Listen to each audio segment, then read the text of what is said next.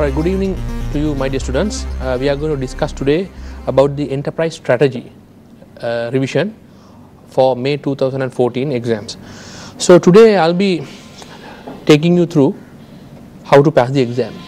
Right? So we will be looking at the knowledge component needed to pass the exam, and also very importantly how to tackle the paper. Most of the students, though they have knowledge, they fail when it comes to tackling the paper. So I'll be discussing you both. So first we'll look at the knowledge component for enterprise strategy, and also then thereafter I will look at the tackling of the paper part. Alright, knowledge. When you talk about knowledge, you need to have knowledge in all syllabus areas. I would advise you not to predict or target any of the syllabus areas and neglect any others. So please remember that you need to have knowledge of the full syllabus before you go to the exam. It is not a good habit to predict and neglect some of the other areas, because the paper can be in different formats, and the examiner has the full liberty to test the full syllabus. Alright, let's look at the E3 syllabus. 20% component is interacting with the competitive environment, then evaluation of the strategic option is another 30%, then implementation of strategic plans 30%, and change management 20%. So this is the full syllabus. So you need to have knowledge in all syllabus areas before you go to the exam. Now today, when I am talking about the knowledge component needed to go for the exam, I will look at in detail the syllabus areas. If you take the first part, which is the interacting with the competitive environment, 20%, first thing is to evaluate the key external factors affecting the organizational strategy. Second part is to evaluate the impact of IES on an organization. So when it comes to this 20% syllabus area, I have taken down some of the must know things before you go to the exam. So which means if you don't know any of these areas, please go through your notes, find notes, and be thorough in these areas, because these are must know areas. So please take a piece of paper and a pencil or a pen and write down if you find something that is appearing on the screen that you are not very familiar with. So when you talk about the evaluating the key external factors, PEST, a fundamental area which you know from your operations level, PEST analysis. Sometimes it's called PESTEL analysis, but still political, economic, social and technological factors. So this is the macroeconomic picture or the general environment analysis that you need to know. So examiner is unlikely to ask you to do a PEST analysis at E3 level, but there could be a question that you need to draw your knowledge from the PEST analysis factors or PESTEL factors. Then Toyota's 5 forces, again another fundamental model which is there to analyze the task environment or the competitive environment, or in other words the industry environment. A very fundamental and a very important model. If you know Porter's 5 forces, you are in deep trouble. So remember, you must know Porter's 5 forces, and you need to know how to do a industry analysis. For example, if you are given 2 industries to select, and the examiner asks you, okay, which industry is more attractive for this investor, then industry attractiveness is measured, or industry attractiveness is looked into using Porter's 5 forces. So you have 5 forces that you know, that is the interfirm rivalry, suppliers bargaining power, customers bargaining power, threat of new entrants and threat of substitutes.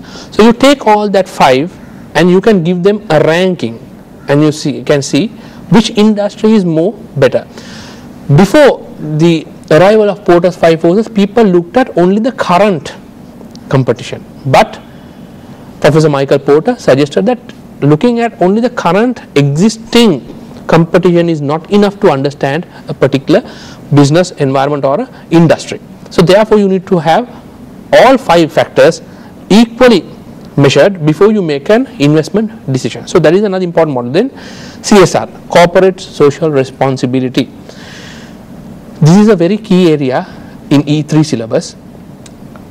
Corporate social responsibility means you are taking more than the interest of your shareholders. In other words, taking the stakeholder interest when you are making business decision. Now, enterprise strategy, the subject itself is about making strategy.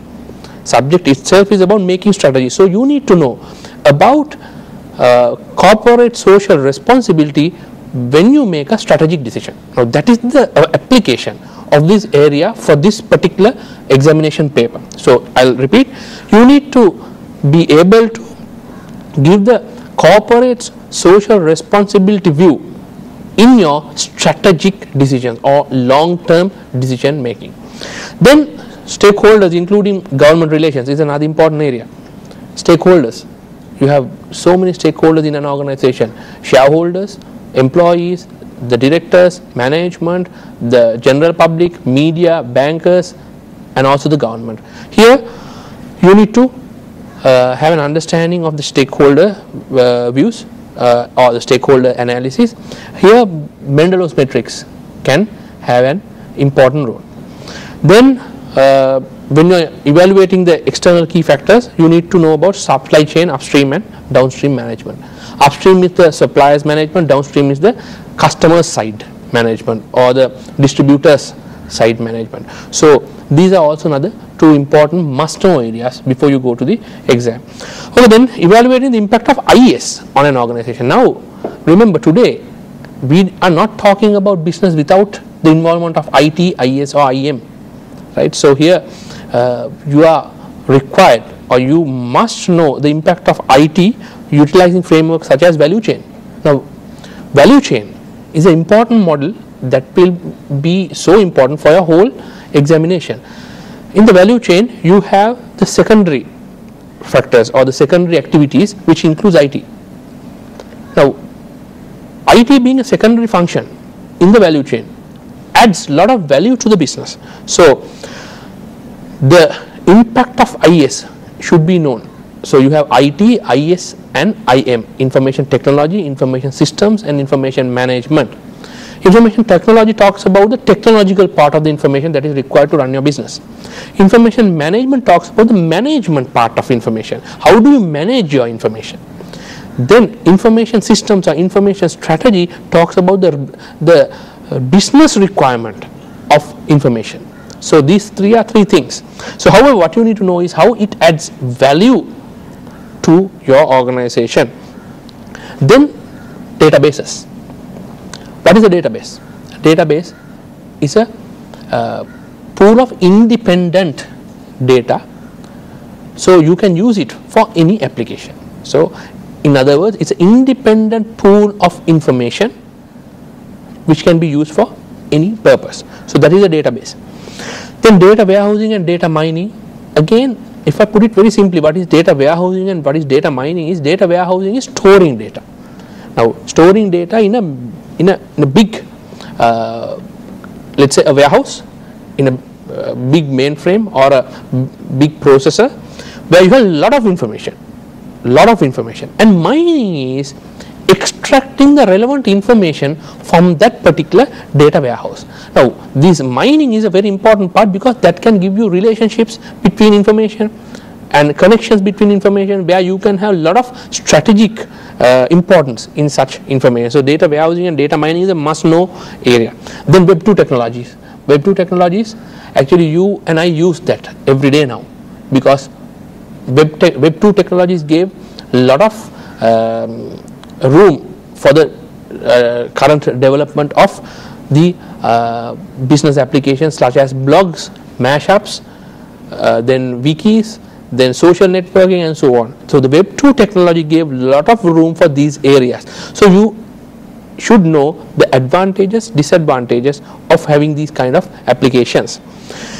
Then McFarlane's strategic grid. McFarlane's strategic grid is another important area that you need to know. If you haven't gone through this, please go through, because that talks about the strategic importance of today's IT involvement and future IT involvement. It's a 2 by 2 matrix, and you need to understand very clearly the application of McFarland's strategic grid. So from this area of interacting with the competitive environment, you are required to know about the business environment. So there are a number of models that, as you can see in the screen, a number of things that you need to know, the theoretical basis. Mind you, my dear students, some people think that ES, in the ES paper you can go to the exam and write something and come. No, you can't do that, because whatever the answer that you write in your ES paper should be backed by a theory. Now these are the theories, the must know theories which I have put down here. Your answer should be backed by a theory. For example, like I told you earlier, if you say that this particular industry is good for investment, you must say why. You must say, based on the Porter's 5 forces analysis, this particular industry is good for investment, or I recommend to go into this particular industry. So therefore, I recommend that you go through these theories. And I am telling you this with this short time span that you need to know, because I have a time constraint to explain all these. But let's see after this break how we can take it forward.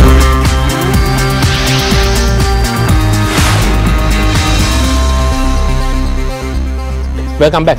So I was discussing about the first 20% of the syllabus, and I was discussing about this McFarland's strategy grid. I would like to show you McFarland. Now this is McFarland's strategy grid. It tells about the importance of IS and IT. On this side you have the strategic impact of existing operating system, that is the current use of ITIS, high and low. Then the strategic impact of application development portfolio for future, the future importance of ITIS, to keep it very simple. So you have 4 quadrants which tells about the application, right? So you need to have an idea about this. So I have a time constraints which I can't go into the detail of this. So please take this down if you don't have any knowledge on this. It is called the McFarland's strategic grid. Then let's go to the next 30% of the syllabus. Evaluate. First two, in the earlier 20% you looked at the comparative environment. Now evaluation of strategic position and options, 30% syllabus area. In that you have evaluated the process of strategy development, evaluate tools and techniques used in strategy formulation. Now here a fundamentally important model is the rational planning model. The rational planning model is absolutely important. It is a must know area. So all the steps of rational planning model must be thorough before you go to the exam, because remember there are so many other planning models for strategy, but this is the fundamental theoretical basis of strategy making. For example, you have the emergent model, freewheeling opportunism and so on, but this is the rational planning model is the fundamental model that is so important for your exam. So under that you have a number of steps. So you have the vision, mission and so on, right? And then you have the environment analysis, option generation, selection, implementation and so on.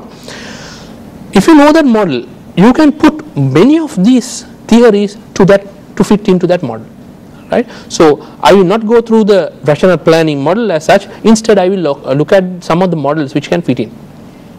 Mission statement. Mission statement, what does it mean? You have first the vision, mission, goals, objectives. Vision, mission, goals, objectives. What does the mission statement say? Why do we exist? Reasons for existence is shown in the mission statement. So in the examiner might give you a mission statement and ask you to comment on that or so on, but it is very unlikely to ask you to develop a mission statement, but could be tested. Then strategy formulation and soft metrics, Porter's generic strategies, BCG. Now those are some of the important things that you need to know. And so it will tell you the markets that you have, and the existing and the new markets, and the products, existing and the new products, and based on that what is the strategy that you need to have. Then Porter's generic strategies, absolutely important, absolutely important.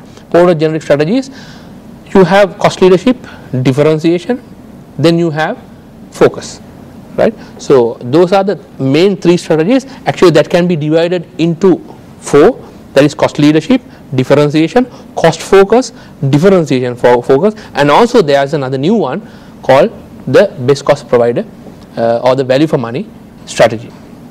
So portrait generic strategy is another must know area. Then BCG, Boston Consultancy Group Matrix, which tells you about your again placing your products accordingly and getting an idea about what products you should continue, what products you should discontinue, and so on.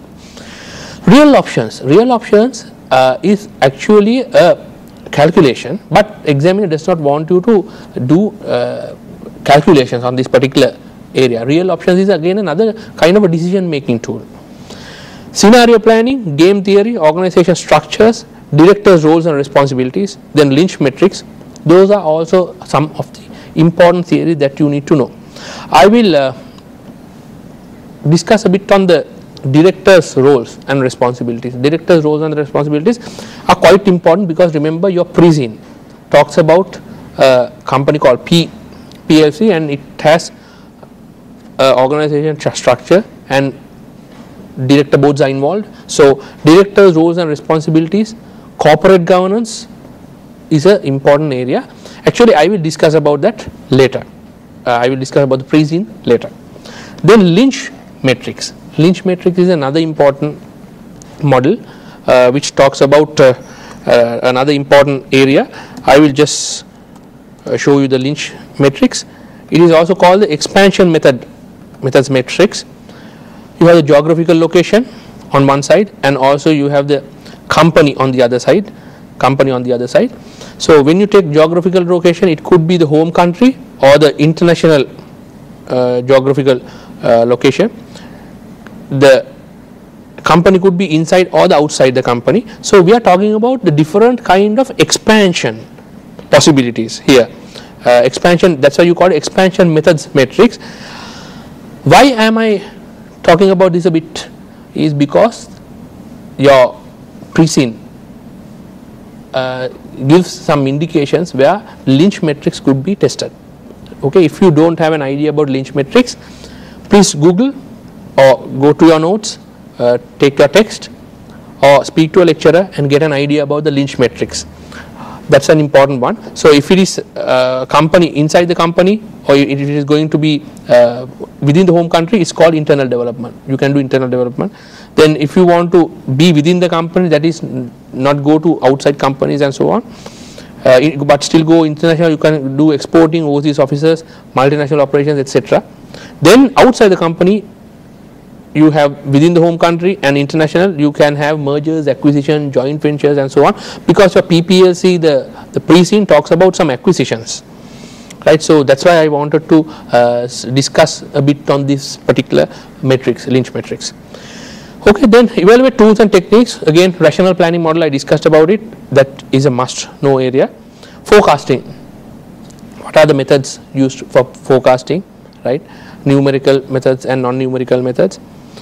Then value chain analysis. Now value chain analysis tells you about the internal analysis.